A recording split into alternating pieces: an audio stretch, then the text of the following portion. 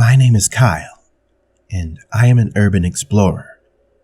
For years, one of my favorite hobbies has been exploring abandoned buildings. I loved the thrill of breaking into some place you're not supposed to be, the sense of wonder and mystery, the beauty of nature reclaiming the masonry. Each adventure felt like I was in some long-abandoned ruin, finding the treasures of the culture that lived there before.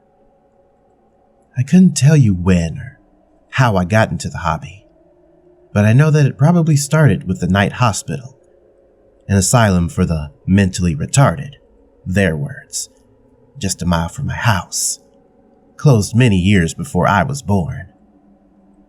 In a small college town, stories and legends of the hospital were spoken with hushed whispers on schoolyards, of how it was shut down for extreme malpractice and patient abuse, or how you could find stacks of aged reports about bizarre experiments.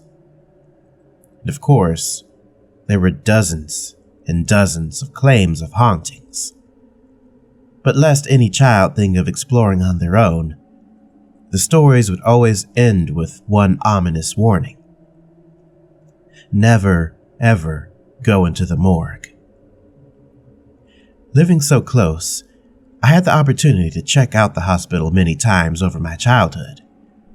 The dusty, crumbling corridors and peeling paint eventually felt like a second home to me, despite constant police patrols and decades worth of vandalism.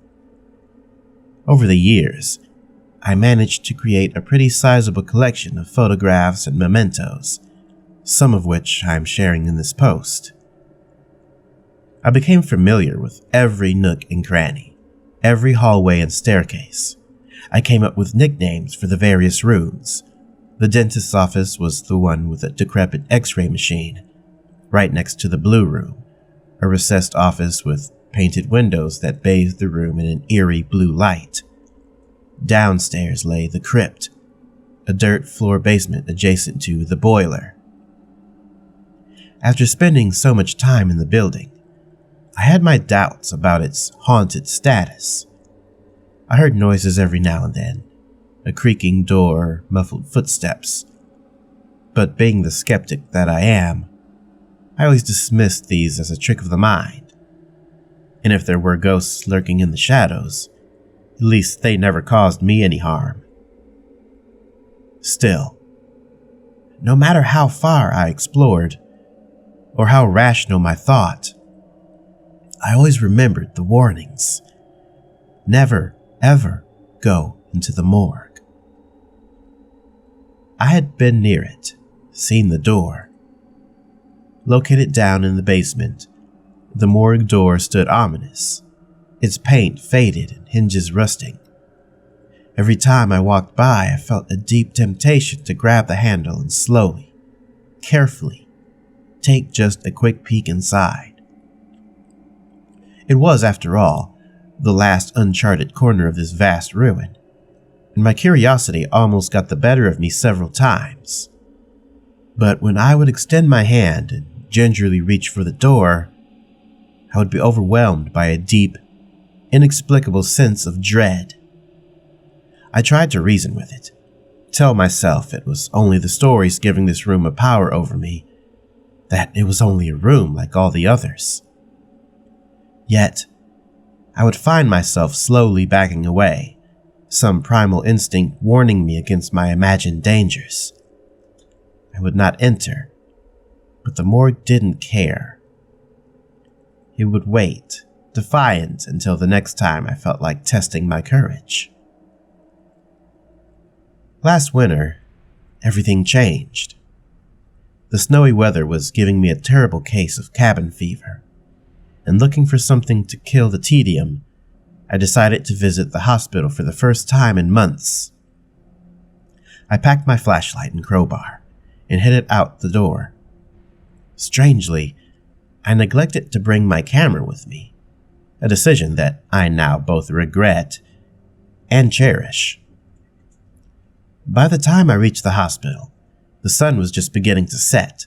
Breaking in had become something of a ritual by now, an adrenaline-building routine that I cherished almost as much as the exploration itself. I cached the crowbar by one of the boarded-up windows and did a quick walk around the building, checking for police or witnesses. Confident that I was alone, I returned to the window and began to pry at the plywood, eventually wrenching it loose with a loud crack. I threw the board and crowbar into the building and followed. Inside, the building seemed colder than ever, even for a late New England winter. I also could smell something new in the air, something strange and foreign that I hadn't recognized before. Musky and distinctly unpleasant. As I moved deeper into the building, the scent grew in strength, until I reached the basement stairs, and it nearly overpowered me. Every instinct in my body told me to leave, to not investigate further. But I didn't know better. I did not yet recognize the scent of death. As I crossed the basement door, I realized the smell was emanating from downstairs. Mustering up what little courage I still had, I slowly crept down the dark stairs, flicking on my flashlight as I reached the bottom landing. The scent was reaching into my throat now, and I could practically taste the rot in the air. I quickly scanned the room, and it didn't take long to spot the source. There, suspended by a beam in the center of the room, my light briefly caught a flash of clothing hanging off a vaguely humanoid form, swinging oh so slowly from a frayed length of extension cord. To say that I was terrified would have been an extreme understatement. I turned and ran, panic coursing through my veins, almost tripping over myself as I scrambled back up the stairs, trying to cough the scent of death out of my lungs. As I finally reached the top landing, I looked behind me, convinced that I would see the grim specter reaching for my ankles to drag me back down into its lair. Nothing came.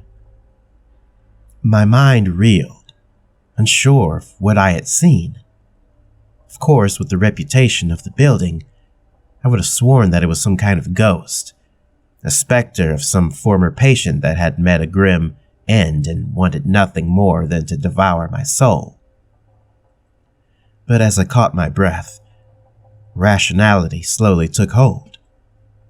If it was some vengeful spirit, surely I would be dead already. Maybe I had imagined it. Or perhaps some homeless vagrant had hung his wet clothes to dry. Contrary to every instinct to flee, I made the kind of decision that only a fool with too much courage could make. I had to take another look. My breath came in ragged gasps as I made my way back down the stairs again. The only thought echoing through my mind was how stupid I was being. That I should run for my life, and never return. But still, almost by their own accord, my legs carried me back until I was in the basement again, enshrouded by the darkness. With a labored breath, I turned the light towards the figure again, fully expecting the next sight to be my last. There are two things every urban explorer dreads running into: the police and a dead body. The latter is a rare occurrence, but not unheard of. Murderers need places to stash their victims, and homeless men freeze to death.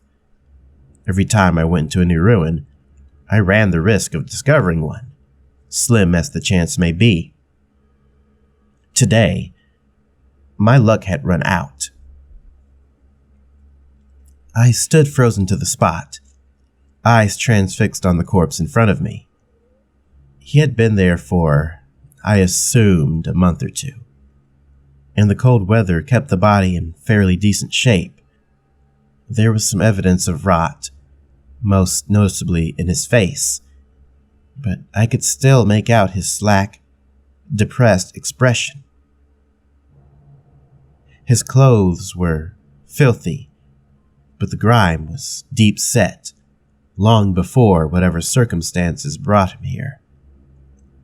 It was clearly a suicide, evidenced by a chair kicked not far from the body. Vaguely, I recalled a chair in one of my prior photographs of this room, and shivered at the realization that they were the same. Once I convinced myself that the man wasn't going to jump out and grab me, I moved in for a closer look. The letter. That damned letter. The one that brought all this upon me. I noticed it now on the ground before him, dangling just below his feet. A small, slightly yellowed piece of paper, carefully folded and placed before the body. I should have left then, ignored what I saw, left everything, and tried to drown the memory in drink. But now, having seen it, it was too late. Looking back, maybe I didn't have any choice, once I saw what was written on the front. For Kyle, it said. My name, written so simply, so elegantly, like a formal invitation. I guess, really, that's what it was. I've seen enough horror movies and read enough stories to know what I did was stupid. But like I asked, did I have a choice? I bent down and reached for the note carefully, like it was a loaded trap ready to ensnare me. And God help me, I opened it. The writing, jet black, was short and simple, but filled me with terror that I didn't know words could contain. 4 simple words in child's handwriting. We're waiting for you. As I read them, I heard a noise from above, a short gasp of expelled air, and the horrible creaking of old bones suddenly spurred into motion. I looked up, and I swear on my grave, the corpse had moved. It was such a slight motion, just barely enough to notice. But now the head of the hanged man faced down at me, his dead eyes locked directly into mine, staring through me and into my very soul. That was when I ran. I bolted up the stairs, note in hand, like all the hounds of hell were nipping at my heels. For all I knew, they very well could have been. My legs were fueled by pure, unadulterated fear, and I made it up the stairs in less than a blink. In no time, I had reached the window that was my entry point, and I all but dove through it into the welcoming snow outside. I didn't dare glance back until I had reached the main road, terrified of what might have followed me. Then, ungracefully, I proceeded to vomit. When I got home, I went to my neighbors and asked to use their phone. I called in an anonymous tip to the police about the body, but I never heard anything about it on the news. I comfort myself by saying that the papers didn't think a homeless suicide was worth reporting, but truthfully, my great fear was that when the police arrived, the body was gone. I fear this because, for the next week, I would see it in my dreams. I could barely remember the dreams at first. There would be flashes of memory the morning after. Then as my mind dismissed the fantasies, nothing. But by the 3rd day, they were gaining strength, and there was no ignoring them. I would find the hangman, sitting in the chair that I presumed he used, waiting for me. He still had all the appearance of a corpse, but he did not attempt to frighten me. Instead, he greeted me like an old friend. A rictus of a smile stretched across his rotten face.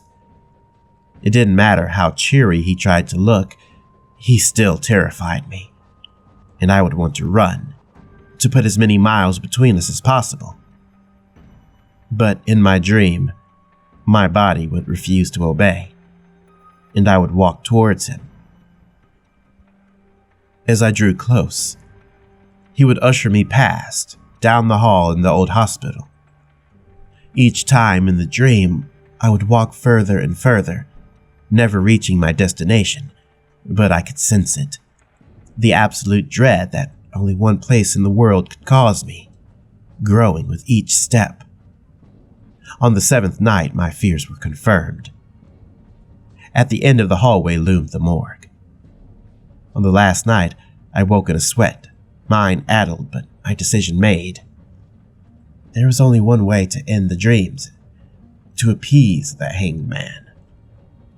I dressed quickly and grabbed my flashlight and crowbar.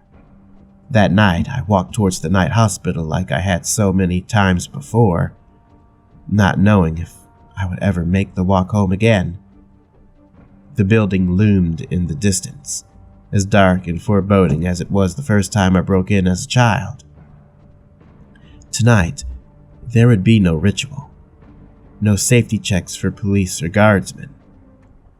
If anything, this time, I prayed they would stop me. I would not get so lucky.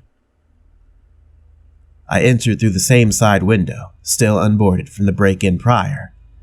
I made my way down the stairs into the basement, still expecting to see the corpse swaying from his beam or sitting in his chair as he had in my dreams. There was nothing. Only the pure and distinct sound of silence greeted me.